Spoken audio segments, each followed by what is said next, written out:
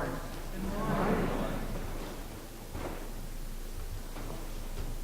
What Roger didn't tell you is that Roger is one of the directors of the school. He's a stern taskmaster. I counted myself lucky to be assigned to one of the different directors.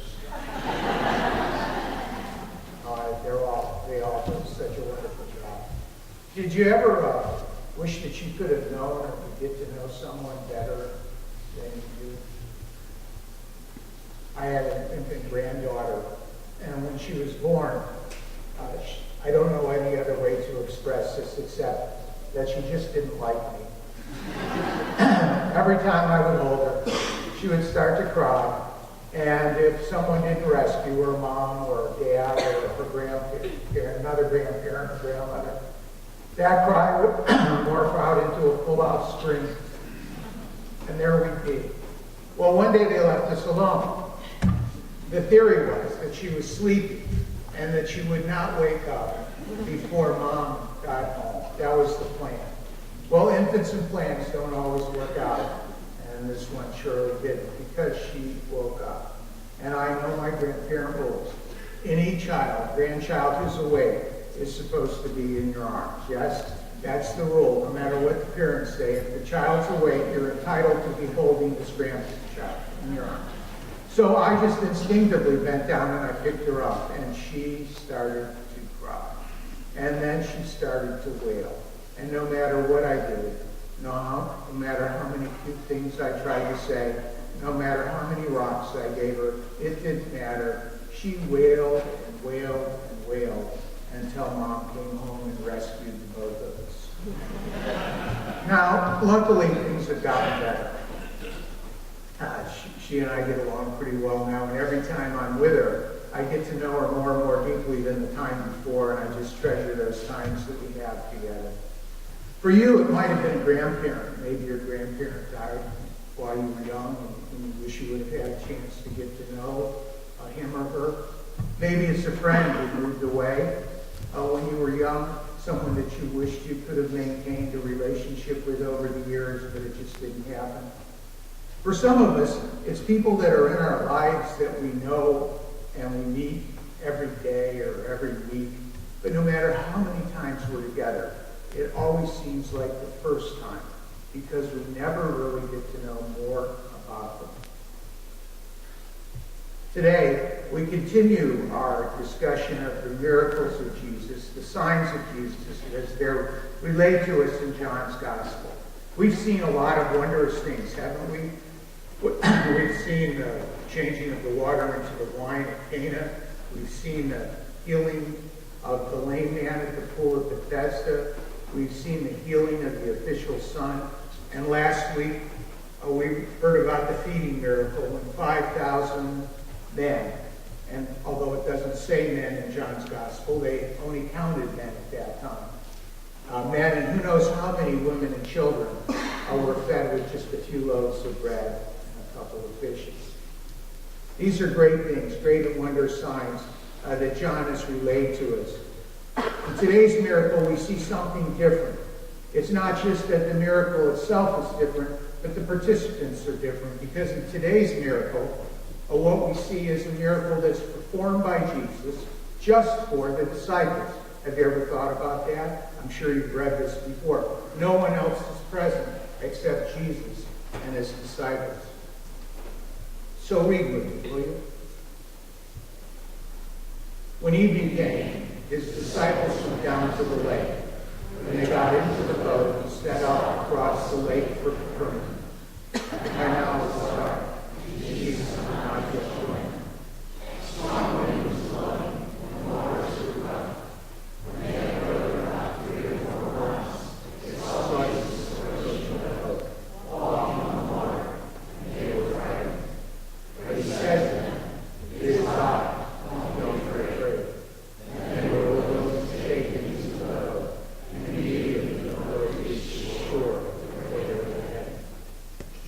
Now John's narrative, John's telling of this miracle, is different than the other two gospel writers that tell us the story, Matthew and Mark. It's a lot sparser. There's not as much information. Maybe you notice that there's no discussion of the scene that we're all familiar with when Peter hops out of the boat and tries to walk to Jesus. You might have also noticed that there really isn't as much of a story about a storm. There isn't any discussion about calming a storm as there are in the other two writings. What there is there's the story of the miraculous transport of the boat.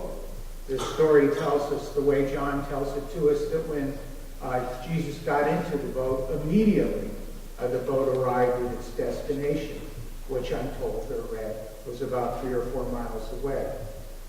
But there's a reason John does this. When we read these stories in different versions, our tendency is to take the stories and to conflate them, to put them all together. And if someone were to ask you, tell me the story about Jesus walking on the water, what you would do is take the things you know from Matthew and the things you remember from Mark and the things you remember from John, and you'd smash them all together and you'd tell the story. And there's nothing wrong with that. You've got the story. But John has a particular purpose in telling the story the way he does. And that's what we're here to find out about today. What is John's particular purpose in telling the story the way he does? As the story begins, we're told that it's dark. Conditions on the lake are deteriorating, John writes. A strong wind was blowing and the waters grew rough. John doesn't say anything about a storm, does he? It's just that the waters have grown a little rough and rowing might be difficult. Jesus certainly knows what the conditions are. He's not sending the disciples out into some condition that might cause them harm or peril. It might be tough. It might be hard. But Jesus knows what's going on. I mean, he's Jesus. He can tell us the weather. He knows what the disciples are to expect. And the disciples, they aren't rushing out ahead of Jesus, rushing into ministry like we sometimes tend to do without waiting for Jesus. Remember, he's up on the mountain praying after the feeding miracles. They're not rushing out to take off ahead of Jesus to cross the sea. No, they're doing exactly what Jesus tells them to do, or what he told them to do. In Matthew's gospel, what we read is that Jesus actually told the gospels to get in the boat and go out ahead of them to the other shore, where they're going to continue their ministry. John tells the story as if Jesus, who had gone up to the mountain to pray after the feeding miracle, just casually decides to walk out and catch up with his disciples. What about the disciples? Are they being careless, reckless? Are they getting themselves into a perilous situation that they don't understand? Well, these disciples, many of them had lived on this lake all their lives. They had fished on this lake. Certainly they could read the weather signs. Certainly knew the risk of rowing out into a windy sea. I don't think it has anything to do with the disciples engaging in a careless or reckless act. The disciples are simply doing what Jesus told them to do. Theirs is an act of obedience and faith, and not an act of recklessness. Clarifying Jesus' divinity is one of John's principal purposes. It's why John calls the miracles signs. Have you noticed that? In John's gospel, he doesn't really refer to them as miracles. He calls them signs because they are signs. They point to something. And in this case, all of John's miracles point to one thing, and that is they point to Jesus, and they point to the fact that Jesus is God. We see signs all along that help us understand this. When Jesus fed the multitude, who in the multitude would not have remembered the feeding of the Israelites as they crossed through the desert, the manna that came from heaven to feed them? The man in the desert becomes the bread of heaven in John's gospel. And what about Jesus going up on the mountain to pray? Can we remember the many scenes during the Exodus when Moses went up in the mountain to meet God and to find out what it was God wanted him to do, or what it was God had to tell him next? Now, admittedly, people might have been confused about this. They might have thought to themselves, well, this person, this Jesus, this is just another Moses. Because after all, in the book of Deuteronomy, we read that Moses said that the Lord will send another prophet just like me. That's what the people know. But now in the performance of this miracle, Jesus makes it clear that he's not just a healer. not just a prophet, just another Moses. He's something more. In this miracle, we see Jesus doing a couple of things that prove he's more. When he walks out in the water and he identifies himself to the disciples who are afraid, of course, of this whatever coming out of the darkness toward him, he says, "I am Jesus." Now, those aren't the exact words that we read, but that's a literal translation. I am Jesus. And in one version of the Bible, the translation is simply I am. I am Jesus. I am. When God proclaims his identity to Moses, when Moses meets him at the burning bush, he says, "I am who I am." This is what you say to the Israelites. I am has sent me to you. Now, who could have missed this? Who could have missed the import of these important words when Jesus says, I am Jesus, I am? The disciples couldn't have missed that. But that's not the only thing Jesus does to prove that he's something more than a healer. He walks on water, which in this time was itself a sign of divinity. He doesn't walk on dry ground as Moses and the Israelites did as they crossed the Red Sea. He doesn't walk on dry ground as the priests and the people did as they crossed the Jordan River when they entered the Promised Land. No, Jesus walks on water. In the Bible, only God has control of the sea. Only God walks on water. In Job's book, in the book of Job, speaking about God, Job says, he alone stretches out the heavens and treads on the waves of the sea. Only God treads on the boisterous sea. Only God controls the waves. The disciples knew enough about God's activity in the world to understand and to read these signs, to have a growing faith that in some mysterious way, Jesus is God. They had by this time come to know who Jesus is. They had come to know more about him. But see, that's not enough for Jesus. Knowing about Jesus is never enough for Jesus. Jesus wants us not to know just about him. He wants us to know him. Look at the placement of this miracle in John's text. It comes immediately after the very public feeding miracle, where these 5,000 plus countless numbers of children and women are fed by Jesus. And it comes immediately before the famous I am sayings that Jesus proclaims very publicly. I am the bread of life. I am the light of the world. I am the gate for the sheep, the good shepherd, the resurrection and the life. I am the way and the truth and the life. I am the true vine. This pivotal placement of this miracle can't be a mistake by John. It tells me that there's something more important about this miracle than the short 6 verses would lead us to believe. Think of a time when you experienced an alone moment with somebody. You and your mom went shopping when you were young, or you and your dad went to a ball game. Maybe you got to spend a weekend with your grandparents, all alone. No other grandkids, just you and your grandparents. What did you feel? Love, safe, special, important, cared for? Did you learn something about the person that you didn't know before? Jesus has just given a sign, performed a miracle only for the disciples. No one else is present except for Jesus and his disciples.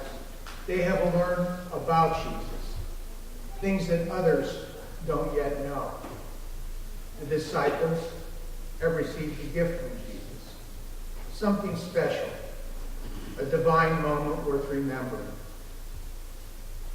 The boat into which the disciples welcomed Jesus has become a sacred space, holy ground. When Moses first meets God, God identifies himself. I am the God of your fathers. I am the God of Abraham. I am the God of Isaac. I am the God of Jacob. In the same way, Jesus announces himself to the disciples. I am Jesus. I am. The waves, the wind, the physical exhaustion of rowing 3 or 3.5 miles have all become the blessing of knowing Jesus, the great I am, more deeply. The defining truth that Jesus is trying to convey to his disciples and to us through this sign is that a relationship with Jesus cannot be built on knowing things about him. A relationship with Jesus has to be built on knowing him. We can know Jesus as deeply as the disciples came to know him if we desire it. And here's truth. Jesus wants us to know him. He wants us to know him more and more deeply each and every day. Maybe there are 2 questions we should ask. Do we want to know Jesus more deeply? Well, of course, your immediate answer will be, yes, of course we do. But is it our longing, our deepest desire? Natalie Grant has a new song out called More Than Anything. And the chorus goes something like this. Well, it goes exactly like this. Help me want the healer more than the healer. Help me want the Savior more than the Savior. Help me want the giver more than the giving.